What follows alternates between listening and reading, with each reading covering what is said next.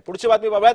शिंदेंना कोणी महापौर पदासाठी धूळ घालत नाही असं राऊतांनी सांगितलं. शिंदेंना दिल्लीमध्ये जाऊन गुजराती नेत्यांच्या पायाशी बसावं लागतंय असा सुद्धा टोला शिंदेंना राऊतांनी लगावला. शिंदेंनी भाजपचं शेण खाल्लंय अशा सुद्धा खालच्या शब्दात संजय राऊतांनी टीका केली.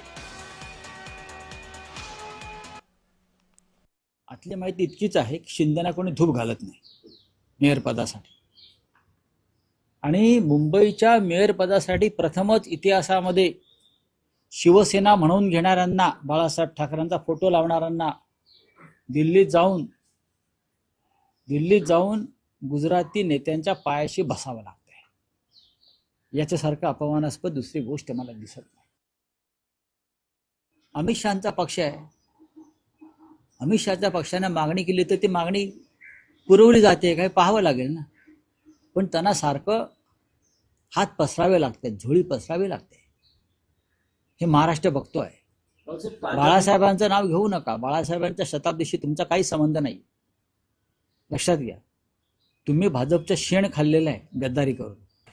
तर त्या तोंडानं तुम्ही बाळासाहेबांचं नाव घेऊ नका एवढंच मी सांगेन.